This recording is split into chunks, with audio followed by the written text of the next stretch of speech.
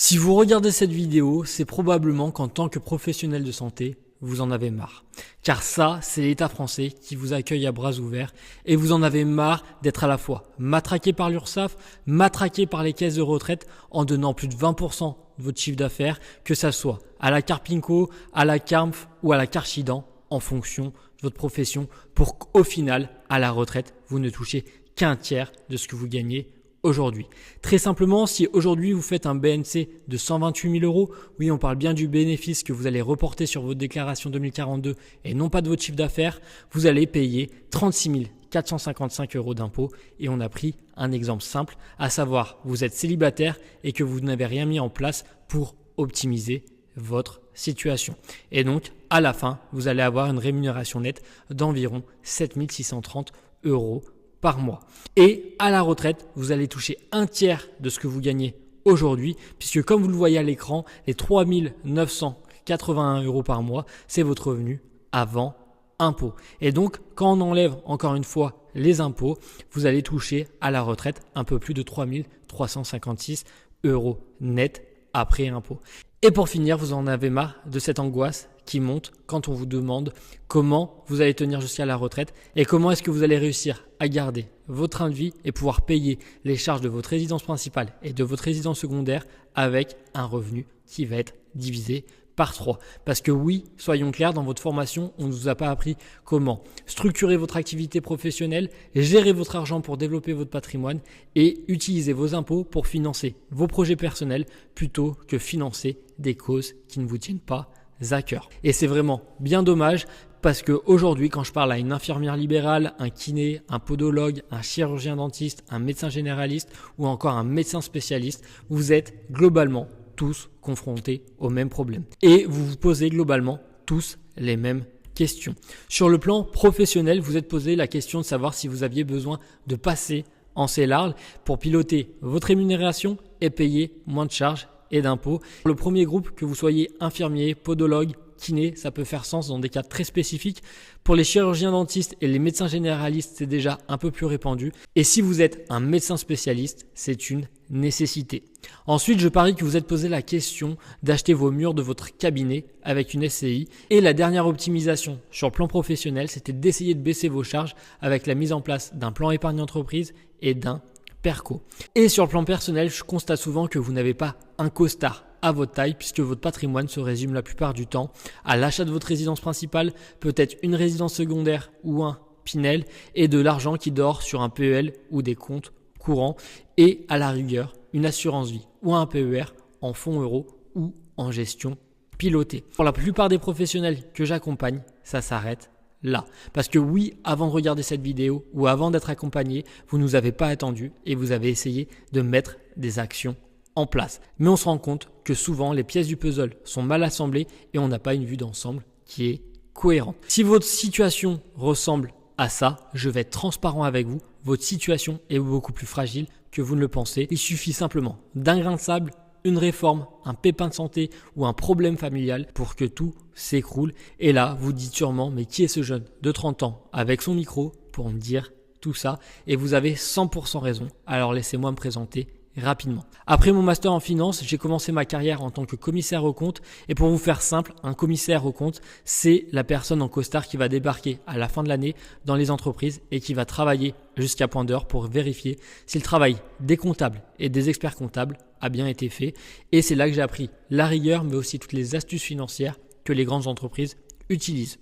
Ensuite, j'ai eu la chance de travailler pour une entreprise crypto américaine où je les ai aidés à lever plus de 5 millions de dollars et à accompagner un peu plus de 16 000 investisseurs avec une bonne partie d'investisseurs francophones. Et cette image, c'est un screenshot de la présentation réalisée en direct devant plus de 3000 personnes pour présenter notre levée de 5 millions. Et comme vous pouvez le voir à l'écran, les 3 premiers millions ont été clôturés en 10 minutes et les 2 millions restants en moins de 24 heures. Et durant cette expérience, je me suis rendu compte qu'il y avait 3 profils d'investisseurs qui revenaient tout le temps. Le premier, le prudent, par peur ou manque de connaissances, il avait peur de faire une erreur qui pourrait lui coûter cher, alors il laisse son épargne dormir sur des comptes.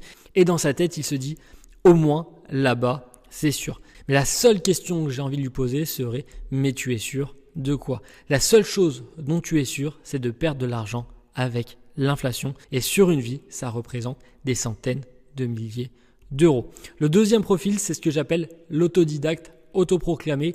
Il a écouté 3 podcasts, lu 2 articles et il se croit expert financier. Et il investit dans tout ce qui est à la mode du moment, que ça soit la crypto, le private equity, le crowdfunding, les ETF. Mais souvent, en posant 2-3 questions, on se rend compte qu'il n'a pas de stratégie qui correspond à son profil de risque et à ses projets de vie. Et je ne dis pas que ce qu'il a fait n'est pas bien, je dis juste que souvent sa stratégie est beaucoup plus risquée qu'il ne le pense. Et le troisième profil, c'est l'investisseur aguerri. C'était souvent une personne avec une certaine expérience qui a géré ses finances par elle-même toute sa vie et qui a fait des erreurs qui lui ont coûté cher. Mais maintenant, il sait gérer son patrimoine en ayant une partie sécuritaire bien solide et une poche de diversification où il peut aller chercher un peu plus de risques en fonction de ses projets de vie. J'aime bien dire qu'il n'y a pas de produits à risque, il n'y a que des stratégies à risque. Et début 2024, quand j'ai senti que j'avais fait le tour dans cette entreprise américaine, j'ai eu un choix à faire. Continuer à travailler pour une entreprise internationale ou revenir en France. Et on va dire que je ne suis pas rentré en France pour l'ambiance plutôt morose qu'on a depuis quelques années. Mais si j'ai choisi de revenir, c'est parce que, quoi qu'on en dise, on a le plus beau pays du monde et à un moment donné, j'avais le mal du pays. Et donc, quand je suis rentré en France, ouvrir mon cabinet était la chose la plus évidente pour moi, puisque d'un côté, on est les champions du monde pour épargner et de l'autre côté, 7 ménages sur 10 estiment ne pas avoir les connaissances financières suffisantes et toujours 7 ménages sur 10 ne font plus confiance à leur banquier quand on parle investissement.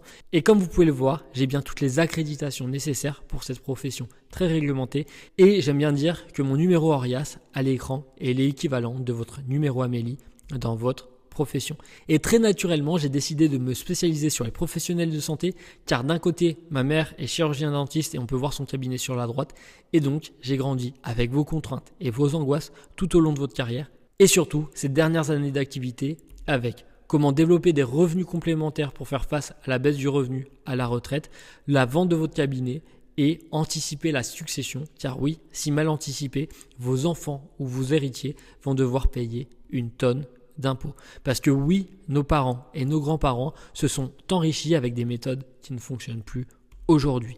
Et maintenant, ils ont une responsabilité, anticiper leur transmission, sinon tout ce qu'ils ont construit risque de finir entre les mains de l'État plutôt que celui de leurs enfants. Et quand on commence à parler d'anticiper la transmission, j'aime bien dire qu'il y a 2 dates clés à ne pas manquer, les 61 ans et les 70 ans.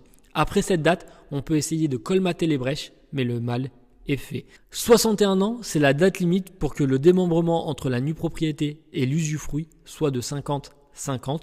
Et concrètement, si vous êtes un couple avec 2 enfants, vous pouvez par exemple transmettre sans payer d'impôt une résidence secondaire valant 800 000 euros. De votre côté, vous conservez l'usufruit qui vaut 50% de la valeur du bien, soit 400 000 euros. Et c'est vous qui devez payer les charges et qui devez collecter les loyers. Et de l'autre côté, vos enfants ont la nue propriété à hauteur de 400 000 euros et vous avez pu leur donner ces 400 000 euros sans payer d'impôt car tous les 15 ans, vous pouvez donner 100 000 euros par parent pour chaque enfant. Et donc 2 parents fois 2 enfants égale 4 et 4 fois 100 000 euros égale 400 000 euros. Et à votre décès, l'usufruit s'éteint et vos enfants deviennent propriétaires d'une résidence de 800 000 euros sans payer d'impôt. 70 ans, c'est la deuxième date clé à retenir. Pourquoi ? Tout simplement parce qu'avant 70 ans, chaque parent peut transmettre jusqu'à 152 500 euros par bénéficiaire sans aucun impôt sur tous les versements effectués avant cet âge-là sur leur assurance vie. Et donc si vous êtes 2 parents avec 2 enfants, ça fait jusqu'à 2 fois 152 500 euros par enfant, totalement exonéré d'impôts. Et bien sûr, vous pouvez utiliser cet argent comme vous le souhaitez de votre vivant. En revanche, après 70 ans, tout change puisqu'on passe à un pot commun de seulement 30 500 euros pour l'ensemble des bénéficiaires. Donc avant 70 ans, on a 610 000 euros qui auraient pu être exonérés d'impôts en transmission de patrimoine. Et après 70 ans, on n'arrive plus qu'à 30 500 euros.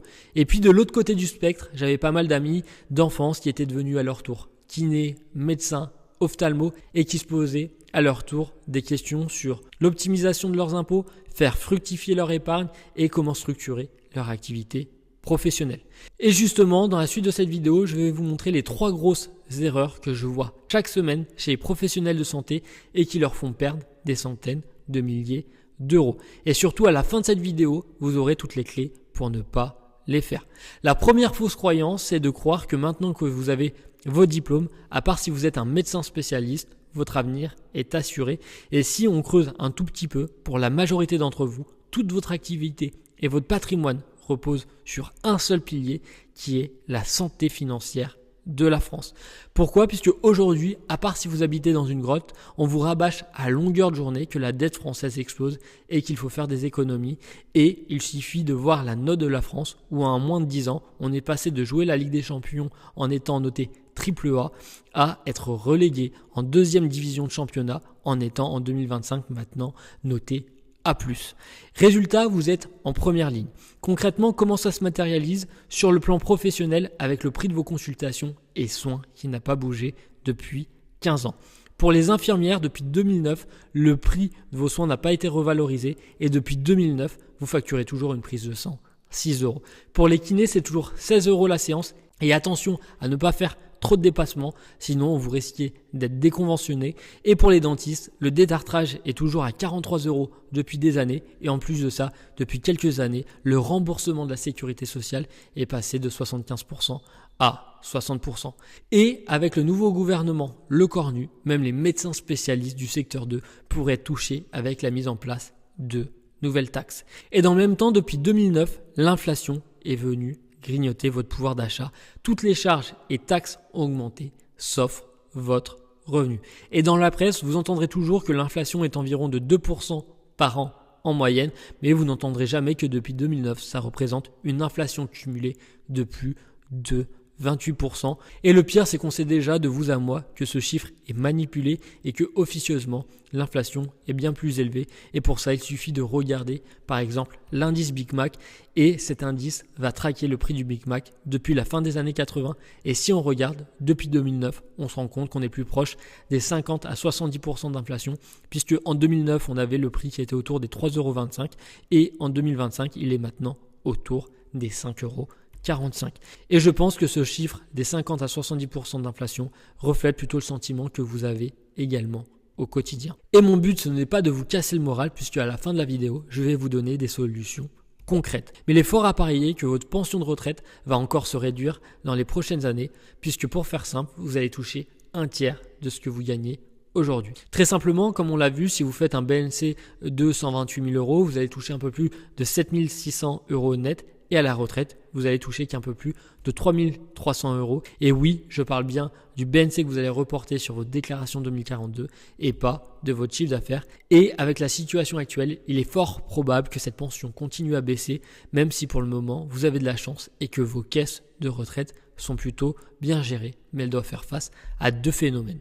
Le premier phénomène, c'est qu'elles doivent faire face au même changement démographique que notre société actuelle, à savoir des personnes qui vivent de plus en plus longtemps. Et la conséquence, c'est que le nombre d'actifs par retraité diminue progressivement. Par exemple, pour la Carpinco, en 2024, on peut voir qu'on a eu 4 291 nouveaux retraités et que dans le même temps, on a eu 2 596 nouveaux cotisants. Et il suffit de faire un produit en croix pour comprendre les conséquences. C'est que si le nombre de retraités augmente plus vite que le nombre de cotisants, on augmente soit les cotisations, soit on baisse les retraites. Et en réalité, pour que ça soit subtil, on va d'un côté augmenter les cotisations d'un petit pourcent par-ci par-là et de l'autre côté, on va pas baisser les retraites, on va simplement arrêter de les revaloriser par rapport à l'inflation en jouant sur la valeur de votre point puisque de toute manière, personne ne comprend rien au calcul de vos points. Et si on en reste là, pour moi, c'est le scénario le moins pire puisque je vous disais que pour le moment, vos caisses de retraite sont plutôt bien gérées avec par exemple la Karchidan qui a un trésor de guerre de 5,3 milliards d'euros et qui a investi à 15% dans l'immobilier et 85% dans des placements financiers. Et on peut voir que depuis 2011, la Karchidan tient presque sa promesse chaque année, à savoir un rendement supérieur de l'inflation majoré de 2%. C'est la courbe rouge par rapport à la courbe bleue. Et pour atteindre cette performance, la Karchidan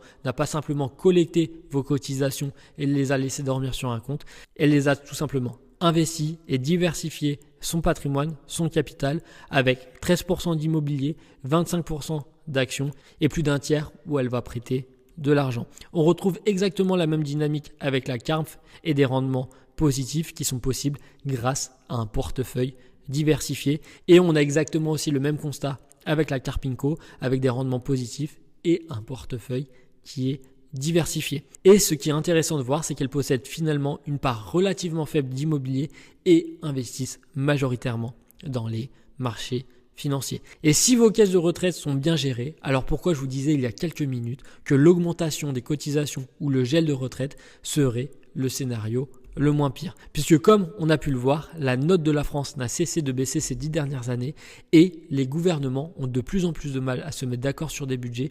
Et je suis prêt à parier que dans les prochaines années, on va remettre sur la table la proposition de loi de 2019 avec la refonte du système des retraites, avec un régime universel, et l'État va tout faire pour venir rafler et nationaliser vos trésors de guerre comme ils ont essayé de le faire en 2019. Et je vous laisserai lire le communiqué de presse à l'époque du président de la Karchidan. Et donc, face à toutes ces incertitudes, vous ne savez pas quoi faire et vous êtes dans l'attente d'avoir un peu plus de clarté et vous laissez donc votre épargne sur votre compte bancaire, votre PEL, votre livret A ou sur des assurances vie ou PER qui ne performent pas en fonds euros. Et toutes ces solutions vont vous mener droit dans le mur à cause de l'inflation. Et si la situation ne s'arrange pas, il n'est pas dit qu'un jour, l'État français vienne piocher directement sur le livret des Français pour rembourser sa dette sous prétexte que cet argent dort et qu'il ne finance pas l'économie réelle. À ce stade, comme vous n'êtes pas dans le milieu de la finance, vous ne voyez pas les conséquences de vos choix dans les prochaines années et c'est pour ça que j'aime bien prendre cet exemple.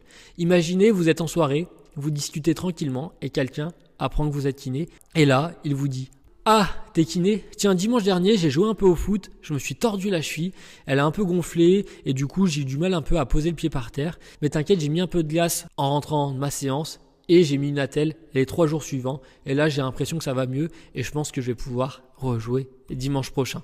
Et là, forcément, dans votre tête, vous rigolez parce que vous savez très bien que cette personne n'a rien compris et que vous, en tant qu'expert, vous savez que c'est sûrement une entorse, qu'il faut évaluer le grade, vérifier les ligaments et surtout faire une bonne rééducation. Sinon, il va garder des séquelles et les chances de rechute sont énormes. Eh bien, c'est exactement pareil pour moi quand je rencontre un kiné et qu'il me dit: ah, toi, t'es conseiller en gestion de patrimoine.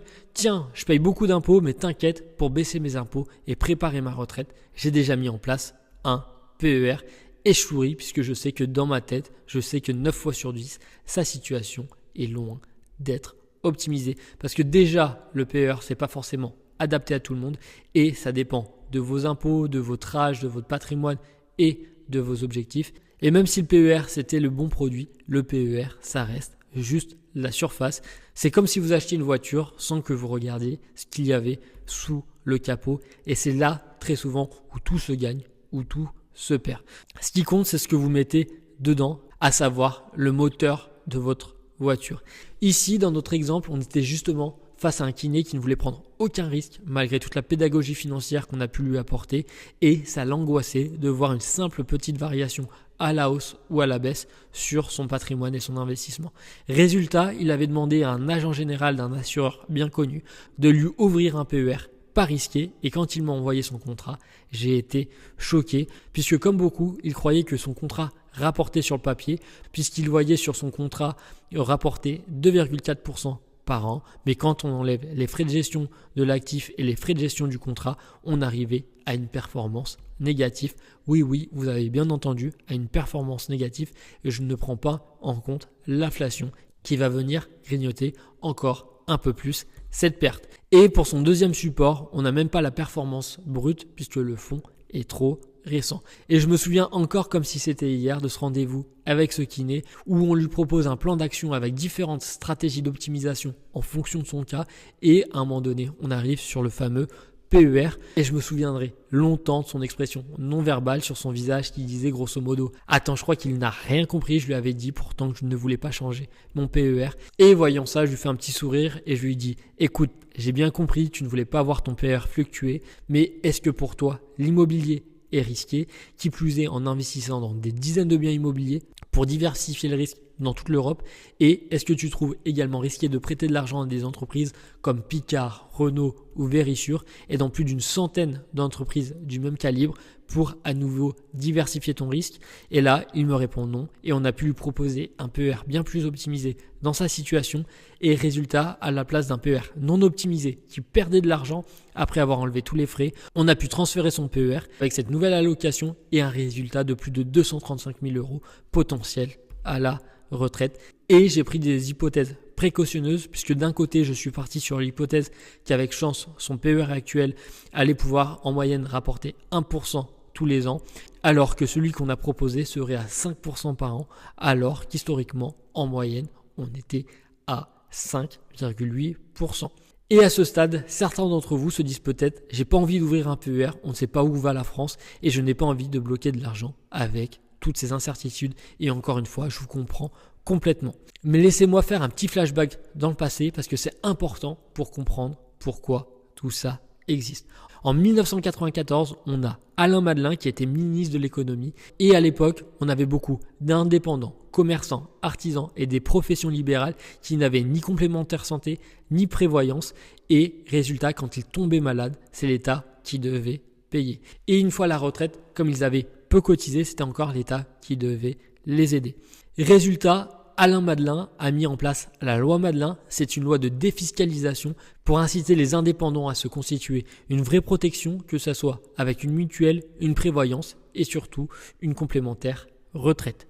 Cette loi existe toujours, mais uniquement pour la mutuelle et la prévoyance. Et pour les anciens, vous avez peut-être toujours des contrats retraite Madelin, mais il est impossible d'en ouvrir des nouveaux. En 2003, on a eu la loi Fillon. Elle élargit le dispositif à tous les contribuables français, pas seulement les indépendants, mais aussi aux salariés. Et l'idée est la même, c'est que la France ne va pas pouvoir payer la retraite de tout le monde. Donc il faut inciter les Français à se créer une retraite complémentaire par eux-mêmes.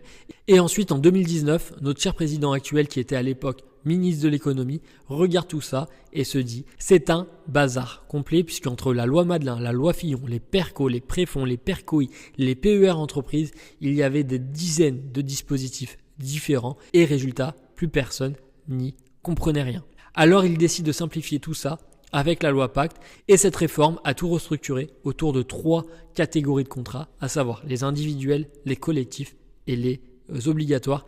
Et surtout, elle a introduit une nouveauté majeure, à savoir le PER pour le plan épargne retraite. Et c'est grâce à cette réforme que les anciens contrats Madelin pour la retraite peuvent désormais être transférés dans un PER. Et là, ça change tout. Pourquoi ? Puisque avant, avec un contrat Madelin, vous deviez sortir en rente et vous aviez une forte décote. Et si vous décédez, en fonction des options de réversion et de garantie choisies, le capital peut rester chez l'assureur et vos héritiers ne touchent rien. Mais depuis la loi Pacte, si vous transférez votre ancien contrat vers un PER, vous pouvez sortir votre argent en capital fractionné petit à petit, selon vos besoins, réduire votre imposition et surtout transmettre le capital restant à votre conjoint ou vos enfants si quelque chose vous arrive. En clair, le PER, c'est la version modernisée et optimisée de tout ce qui existait avant. Le PER a également plein d'autres avantages qu'on n'aura pas le temps de développer dans cette vidéo, mais le PER, c'est aussi un super outil pour la transmission et protéger son conjoint. Et du coup, si on comprend bien son histoire, on comprend que le PER a de belles années devant lui, puisque vu la situation financière de la France, l'État a intérêt à continuer de pousser les Français à se constituer une retraite par eux-mêmes. C'est ce qu'on appelle la retraite par capitalisation. Et ce mot capitalisation peut faire peur, et c'est pour ça que j'aime bien dire se créer sa retraite avec son épargne. Donc là, je pense qu'on vient de voir ensemble la première fausse croyance qui était de croire que votre avenir est assuré suite à votre diplôme. Et en tant que profession libérale, vous allez travailler comme un acharné, vous ne comptez pas vos heures et ça vous rend malade de payer autant d'impôts et de les reverser à des gens qui ne font rien. Et du coup, vous vous dites que vous allez suivre la même trajectoire de vos parents et grands-parents pour développer votre patrimoine et préparer votre retraite en utilisant l'effet de levier de l'immobilier. Sur le papier, c'est la voie rêvée puisque d'un côté, les banquiers vous adorent, ils savent que vous ne tombez jamais malade et que votre activité va être régulière dans les prochaines années.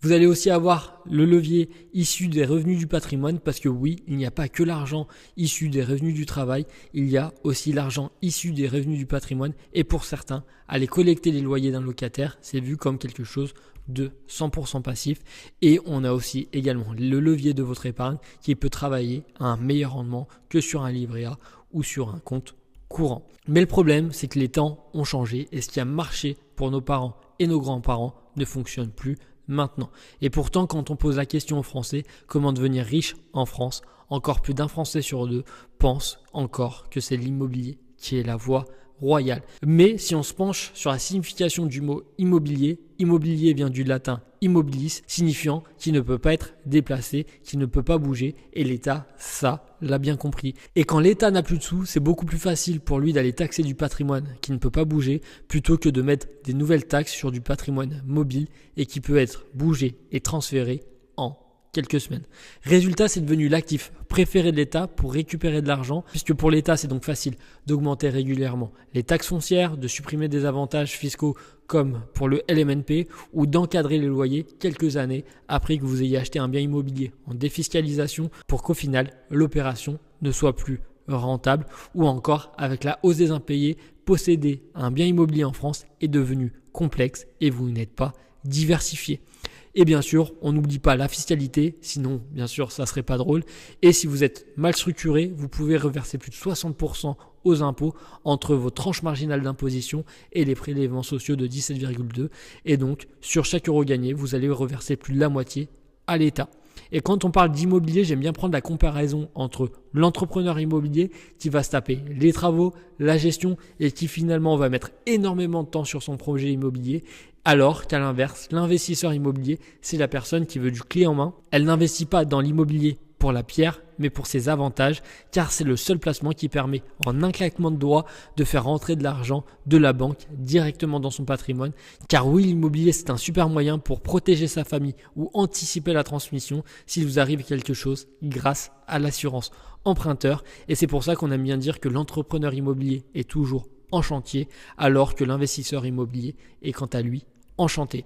Et donc, comme vous l'avez probablement deviné, moi je ne suis pas forcément un grand fan de posséder de l'immobilier en France, mais pour certains, je comprends que vous ayez ce besoin de devoir tout contrôler, tout gérer par vous-même. Alors si c'est votre cas, je prendrai en compte dans l'équation la réduction d'impôts avec par exemple un bien de Normandie qui vous permet d'avoir jusqu'à 21% de réduction d'impôts sur les 12 prochaines années, avec par exemple ce bien immobilier qui va être situé à Narbonne, ou pour un investissement tout compris d'environ 134 000 euros, vous allez pouvoir avoir une réduction d'impôts de 27 276 euros sur les 12 prochaines années. Et comme on peut le voir, ce bien immobilier sera payé à 70% par le loyer net versé par les locataires et via votre réduction d'impôt. Et vous, il vous restera plus qu'à débourser 200 euros par mois pour posséder ce bien immobilier. Mais si j'étais vous, j'irais investir surtout dans d'autres pays européens pour avoir une fiscalité d'une part qui va être bien plus allégée et surtout pour avoir le beurre et l'argent du beurre, puisque d'un côté, vous allez pouvoir investir dans des placements financiers immobiliers avec un vrai revenu passif qui va être performant. Et de l'autre côté, vous avez la possibilité d'utiliser l'effet de levier du crédit pour investir. Et en période d'inflation, c'est génial puisque vous sécurisez une mensualité qui va être fixe sur les 15 à 25 prochaines années. Et de l'autre côté, vous allez avoir vos revenus nets qui vont augmenter chaque année à cause de l'inflation. Et la cerise sur le gâteau, comme je vous le disais, vous allez avoir une fiscalité allégée puisque pour le moment, vous n'avez pas les 17,2 de prélèvements sociaux en investissant dans des biens immobiliers en Europe. Et c'est comme ça que pour les gros revenus, on arrive à une imposition de 15 à 20% au lieu des 47 à 62% en investissant en France. Et prenons un exemple concret où vous allez pouvoir quadrupler votre capital investi. Imaginez que vous investissez 33 000 euros dans des SCPI européennes avec un rendement brut de 5,5%. Donc 33 000 fois 5,5%, ça va vous faire grosso modo 1815 euros par an, soit environ 150 euros par mois. Et dans le même temps, on va faire un petit crédit de 100 000 euros sur 25 ans. Et donc, vous allez avoir une mensualité de 608 euros par mois. Et 100 000 euros fois 5,5%, ça va faire environ 5 500 euros par an, soit environ 458 euros de revenus tous les mois. Et donc 458 euros de revenus moins la mensualité de 608 euros par mois. Il vous reste à payer de votre poche 150 euros par mois. Et si vous vous souvenez bien, on avait déjà investi 33 000 euros qui nous rapportaient 150 euros par mois. Et donc ces 150 euros par mois vont pouvoir venir financer notre crédit de 100 000 euros. Et en plus de ça, avec l'inflation, on a des revenus qui vont augmenter avec le temps. Avec une simple augmentation de 1% par an, on voit qu'en 25 ans, on a notre rendement qui est passé de 5,5% brut à 6,98%. Et résultat, on a toujours notre mensualité de 608 euros par mois qui ne va pas bouger pendant 25 ans. Et vos revenus, quant à eux, vont augmenter tous les mois. Et résultat, vous avez même gagné de l'argent sur les 25 ans. Et au bout de 25 ans, vous vous retrouvez avec un investissement de 133 000 euros qui vous reverse un complément de revenu pour la retraite, par exemple, de 775 euros par mois. Et pour ceux qui veulent encore plus se diversifier, vous pouvez aller de l'autre côté de l'Atlantique avec les États-Unis et vous allez cette fois-ci diversifier votre patrimoine, que ce soit en termes géographiques, mais aussi en termes de devises, puisqu'il suffit de regarder la baisse de l'euro face au dollar depuis 2009 pour se demander s'il vaut mieux détenir son patrimoine en euros ou en dollars. Et c'est ce que j'appelle le double effet ciseau, puisque d'un côté, on a vu que l'inflation qui était à minima de 28% depuis 2009, et de l'autre côté, vous avez reperdu 21% avec le taux de change euro-dollar, soit une perte de pouvoir d'achat de 49%. Et si vous aviez investi une partie de votre patrimoine en dollars, vous auriez conservé une partie de votre travail et de votre patrimoine. Et en commençant à diversifier votre patrimoine, que ça soit dans d'autres pays ou dans d'autres devises, on ne pourra plus vous dire que vous êtes à une devise ou à un pays de faire faillite. Et en parlant des États-Unis, après justement avoir travaillé pour une entreprise américaine, j'ai vraiment pris conscience d'une chose, c'est que la mentalité là-bas est complètement différente de la mentalité française. Puisque en France, quand on parle d'argent, on va te demander « Ok, super, tu possèdes quoi comme bien immobilier ?» Alors qu'aux États-Unis, c'est complètement l'inverse. On va te demander « Qu'est-ce que tu possèdes comme action ?» Parce que oui, on arrive à notre dernière fausse croyance et à ce stade, vous devez bien vous rendre compte que si vous vous retrouvez dans tout ce que je viens de vous énumérer, votre activité et votre patrimoine reposent sur un fil. Et après ce constat plutôt morose, on a deux choix. Soit on se flagelle comme ces commentaires Instagram sous une de mes publications, on se dit que ce n'est pas de notre faute, c'est celle de l'État et on ne se prend pas en main. Soit on regarde ce qui marche et on reprend le contrôle de nos finances et on essaye de regarder ce qui fonctionne. Et peut-être que les plus téméraires d'entre vous ont déjà investi en bourse sur le fameux CAC 40. Et pour ceux qui ne connaissent pas, le CAC 40 revient à investir sur les 40 plus grandes entreprises françaises. Et pour ceux qui ont investi juste après la crise de 2009, on peut se dire qu'ils ont fait une bonne affaire puisqu'ils ont vu leur investissement être multiplié par 3 en 15 ans. Mais par contre, si vous aviez investi juste avant la crise de 2008, vous auriez mis juste 13 ans pour être à nouveau à l'équilibre. Et pour rappel, 9 Français sur 10 sont influencés par les émotions et un ménage sur 2 ne se fixe pas d'objectif. Et donc, je suis prêt à parier que par exemple, si vous aviez vu vos 50 000 euros investis se transformer en 22 500 euros après 2 ans, vous auriez probablement tout vendu à perte. Et c'est une réaction normale quand on ne connaît pas la technique du DCA. Et restez bien avec moi puisque je vais vous expliquer dans quelques instants la magie du DCA. Mais imaginons que vous avez tenu et vous n'avez pas vendu, vous avez fait seulement une performance de 35% en 18 ans, soit même pas de 2% par an. Et la raison est simple, si vous investissez dans le CAC 40, votre patrimoine reste très peu diversifié parce que la plupart de ces entreprises, même si elles ont une taille importante, elles dépendent pour la plupart du marché français ou européen. Et donc, résultat, depuis 40 ans, le CAC 40 a quasiment stagné. Et en clair, vous avez pris des risques, mais vous n'avez quasiment rien gagné. Alors que si au contraire, vous investissez sur les marchés financiers, que ça soit aux États-Unis ou dans des pays émergents, vous n'auriez pas mis 13 ans comme avec le CAC 40 pour simplement revenir à l'équilibre, mais simplement 3 ans. Et en plus de ça, aux États-Unis, depuis 2009, les marchés financiers ont fait quasiment 1 x 13, alors que dans le même temps, pour rappel, en France, on avait difficilement fait 1 x 3. Et si on dézoome, la crise des subprimes de 2008 est devenue un non-événement aux États-Unis. Et donc, si maintenant on reprend la composition de votre patrimoine, avant votre patrimoine ressemblait à ça, et maintenant il doit plus ressembler à ça, avec potentiellement du de Normandie si vous voulez toujours gérer de l'immobilier par vous-même et avoir une réduction d'impôts, et surtout peut-être au lieu d'avoir un PEL ou de l'argent qui dort sur des comptes courants, avoir un peu de SCPI européenne, et surtout comme focus de changer le moteur de votre voiture sur la partie assurance vie et PER, puisque pour rappel, une simple petite erreur peut coûter des centaines de milliers d'euros à la retraite. Et pour finir, on me demande souvent si j'ai une martingale ou un hack en finance pour développer son patrimoine. Et à chaque fois, je réponds toujours la même chose, le DCA est le premier quartile. Le DCA signifie Dollar Cost Average. Et pour comprendre cette notion, aujourd'hui, vous avez tous des abonnements, que ce soit pour aller au sport, que ce soit pour regarder des films, que ce soit pour assurer votre voiture ou pour votre mutuelle. Mais finalement, peu de personnes ont un abonnement pour préparer que ce soit votre retraite ou par exemple financer les études de votre fille, par exemple. Et c'est ce qu'on appelle le DCA, puisque tous les mois, comme pour un abonnement, on va investir une somme régulière pour un ou des objectifs et on peut commencer à partir de 50 euros par mois. Et c'est la beauté de cette méthode, c'est qu'on s'en fiche si les marchés financiers vont baisser ou vont monter, puisque tous les mois on achète un petit peu et donc on lisse notre prix d'achat moyen. Imaginez qu'on décide d'investir 10 000 euros quelques mois avant le Covid. Il est fort à parier qu'après avoir vu vos 10 000 euros se transformer en 7 000 euros, vous vendiez tout à perte ou vous arrêtiez d'investir. Car comme un Français sur deux, vous n'avez pas de stratégie claire. Et comme 7 Français sur 10, vous n'avez pas les connaissances financières suffisantes ou vous allez être influencé par vos émotions. Et en revanche, si vous n'aviez rien touché, en juillet 2025, vos 10 000 euros se seraient transformés en 14 800 euros. Maintenant, imaginez qu'au lieu d'investir 10 000 euros, on décide d'investir 150 euros par mois. En juillet 2025, on aurait investi au total la même somme d'argent, à savoir 10 000 euros. Mais on peut voir qu'on est sur une courbe qui est beaucoup plus linéaire, avec beaucoup moins de variations, car on achète tous les mois 150 euros en automatique, que le marché monte ou que le marché soit à la baisse.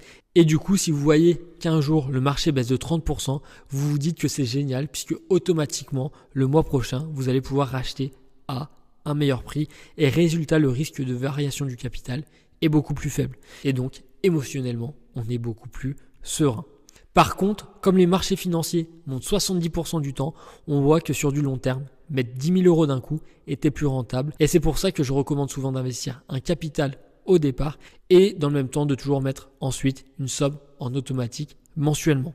Et je ne vais pas m'attarder trop longtemps sur ces stats, mais si vous commencez à vouloir faire du trading, c'est-à-dire à vous dire là les marchés ont déjà bien monté, je vends, ou au contraire les marchés financiers ont perdu 10% et donc je vends pour limiter ma perte, vous avez 95% de chances de perdre de l'argent, puisque tout simplement si vous aviez loupé les 30 meilleurs jours de ces 20 dernières années, vous auriez eu une performance négative de 22%, alors que si vous aviez tout le temps été investi, vous auriez fait par exemple 1 x 3. Et donc la clé c'est de rester investi même si ça baisse et investir tous les mois en automatique sur les marchés financiers de manière diversifiée. Et ensuite mon second hack c'est le premier quartile. Pour vous expliquer ce concept, j'aime bien reprendre l'époque où vous étiez à la fac, puisqu'il y avait grosso modo 3 groupes d'étudiants. On avait grosso modo un quart qui a été mauvais élèves ou du moins cette filière n'était pas faite pour eux. On avait la moitié de notre promo qui a été dans le ventre mou avec des résultats plutôt moyens et on avait un autre quart de notre promo qui se battait chaque trimestre pour être premier et souvent c'était le même quart qui se battait pour être en première place. Et dans la finance, on retrouve exactement le même mécanisme et j'ai pris l'exemple du private equity pour vous l'illustrer. Et pour faire simple, le private equity permet d'investir dans des entreprises qui ne sont pas encore cotées en bourse sur les marchés financiers. Et sur le long terme, ça permet d'avoir un rendement potentiellement plus élevé que les marchés financiers, puisqu'on peut voir que sur 20 ans, on est en moyenne à 8,6% par an sur les marchés financiers, alors que dans le private equity, on est plutôt autour des 13% par an. Et le private equity, en fonction de la taille de votre patrimoine, ça peut être un outil sympa dans votre poche de diversification pour aller chercher un peu plus de risques avec un peu plus de performance à la clé. Et si on revient à nos moutons avec cette notion du premier quartile, les 13,2% par an qu'on a vu juste avant, c'est les performances des sociétés qui se trouvent dans le ventre mou.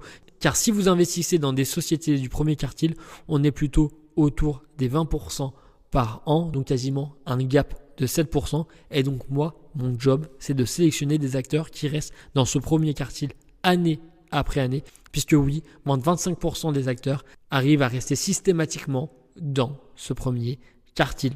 Et on retrouve exactement ce même phénomène aussi avec les SCPI que je vous ai présentés précédemment, puisqu'on va avoir un quart des SCPI qui sont aussi des mauvais élèves avec des immeubles achetés trop cher et des rendements qui sont plutôt faibles. On va encore avoir la moitié qui sont dans le ventre mou avec des rendements moyens, standards autour des 5% bruts. Et on va encore avoir une fois environ un quart des SCPI qui peuvent sortir du lot avec des rendements au-dessus de 6% depuis des années. Et encore une fois, mon job, c'est de vous proposer une stratégie cohérente avec des acteurs qui sont dans le premier quartile depuis des années. Ensuite, un autre actif qui performe bien dans la période actuelle, c'est l'or et les matières premières, puisque l'or est en train de faire un nouveau plus haut historique.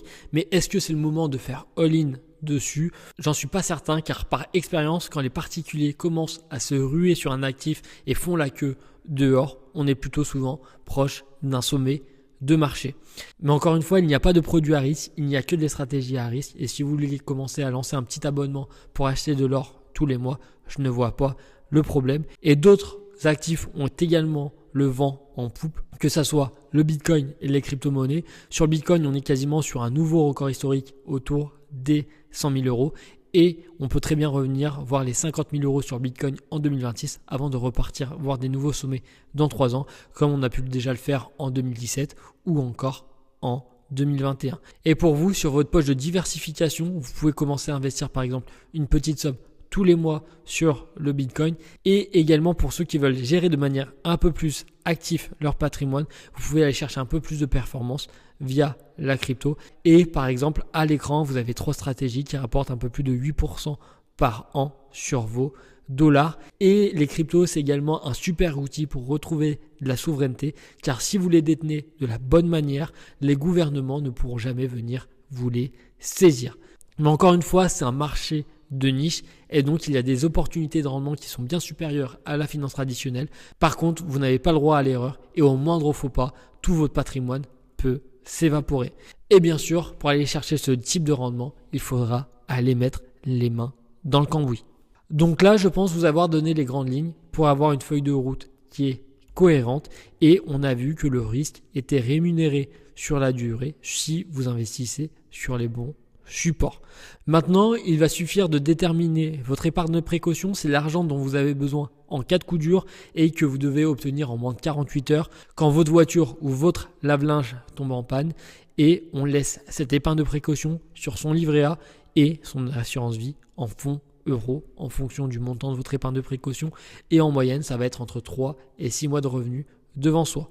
Et attention, je vois encore trop de professionnels de santé laisser plus d'1 an de revenus sur des comptes courant pour se sentir serein, et c'est vraiment beaucoup trop. Et en plus de ça, il existe des mécanismes pour aller récupérer de la trésorerie sur vos investissements en cas de besoin, et maintenant vous avez 4 options. La première option, c'est de gérer votre patrimoine par vous-même, et si vous pensez avoir le temps, l'envie et que vous sentez surtout avoir les compétences, alors faites-le et gérez-le par vous-même.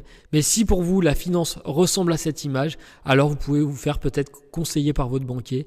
Mais le problème, c'est qu'il gère en moyenne entre 700 et 900 clients et il doit gérer aussi les urgences du quotidien. Et en plus de ça, votre conseiller bancaire peut proposer uniquement des produits maison. Et le lundi matin, son manager vient lui mettre la pression commerciale en lui disant que cette semaine, il va devoir ouvrir tant de livrets A, tant d'assurance vie avec tel fonds spécifique dedans. Et c'est comme ça que de temps en temps, vous allez recevoir soit un mail, soit un coup de téléphone de votre conseiller qui a probablement déjà changé 4 fois depuis que vous êtes client dans cette banque. Et c'est probablement l'expérience que vous allez vivre si vous faites partie de ce premier cercle. Et si vous êtes plutôt cette fois-ci dans le cercle 2 ou 3, vous êtes peut-être vu comme un client VIP des banques, mais pour avoir récupéré de nombreux dossiers, souvent on se rend compte qu'il y a encore de nombreux trous dans la raquette. Et souvenez-vous par exemple de ce contrat que je viens de vous présenter il y a quelques minutes, qui a été pourtant proposé par un agent général d'un assureur bien connu. Ensuite, en troisième option, il y a les vendeurs de formation, et à la fin de cette présentation, avec un peu de marketing, j'aurais pu très bien vous proposer d'acheter ma formation sur comment construire votre patrimoine en tant que professionnel de santé, qui vaut 3 000 €, et exceptionnellement parce que si vous regardez cette vidéo jusqu'à maintenant, vous êtes motivé, et donc si vous l'achetez aujourd'hui avant minuit, je vais vous faire une réduction de 50% et vous allez pouvoir l'acheter 1 500 €.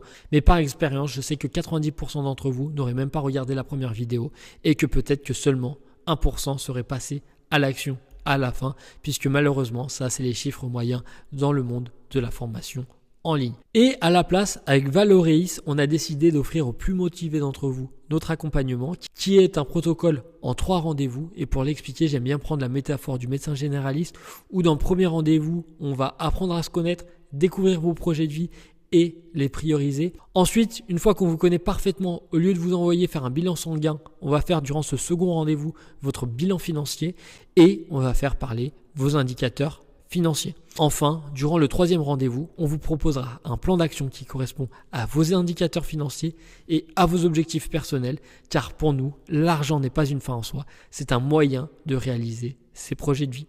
Chez Valoreis, on ne se rémunère seulement si on met des choses en place ensemble. Et pour nous, cette approche nous semblait la plus équitable plutôt que de vous facturer directement 2000 ou 3000 euros pour la découverte de votre situation, comme pourraient le faire certains confrères. Et je ne dis pas que notre modèle est le mieux, je dis simplement que c'est notre approche. Concrètement, comment ça va se matérialiser? On va vous créer un espace digital sur notre application partenaire et ensemble, on va définir vos objectifs. Par exemple, pour ce professionnel de santé, on avait vu que dans les 2 prochaines années, il voulait changer sa résidence principale, financer les études de sa fille dans 15 ans, car aujourd'hui, elle a 3 ans.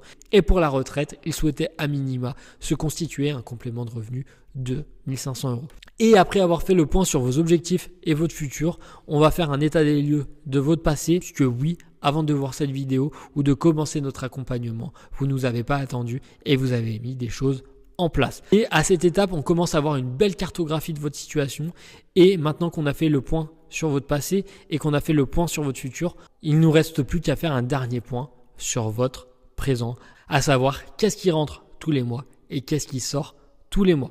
Et maintenant qu'on vous connaît parfaitement, on va pouvoir vous préparer une stratégie aux petits oignons, puisque ensemble, on a déterminé tous vos indicateurs financiers et on connaît également parfaitement vos objectifs. Et c'est pour ça qu'on appelle notre accompagnement la GPO, pour la gestion par objectif. Et notre valeur ajoutée aujourd'hui, c'est de travailler en architecture ouverte, c'est-à-dire que pour chaque solution, on a différents partenaires et on n'est pas bloqué comme par la banque avec des produits dits maison. Et aujourd'hui, on est capable aussi de vous proposer à la fois des solutions sur la partie finance traditionnelle pour ceux qui veulent jouer la sécurité et rouler tous les jours entre guillemets en berline. Et on est aussi capable de vous proposer des produits alternatifs sur votre poche de diversification pour ceux qui veulent sortir la voiture de sport le week-end. Et pour finir, on a pris le virage à 100% du digital. Donc on peut vous accompagner via visioconférence afin d'être le plus flexible par rapport à vos agendas. Et on pourra faire tout le parcours de souscription et réglementaire de manière 100% digitale. Alors que je vois encore certaines banques privées envoyer les contrats par la poste et vous devez les signer par écrit et les renvoyer à votre tour par la poste. Et surtout, on a une interface digitale qui est un gain-temps pour vous et pour nous. Et si vous le souhaitez, cette interface pourra devenir le cockpit de votre vie financière puisqu'elle vous permettra d'avoir un pilotage à 360 degrés plutôt que de devoir piloter pièce détachée par pièce détachée en vous connectant sur des dizaines de sites différents. Et elle permettra de centraliser toute votre gestion financière auprès d'un seul interlocuteur, en l'occurrence moi et mon équipe, plutôt que de multiples interlocuteurs que vous avez probablement aujourd'hui. Et la cerise sur le gâteau, c'est que toutes les solutions qu'on pourra mettre ensemble en place, vous pourrez retrouver leur évolution dans le temps directement dans notre onglet Mes investissements.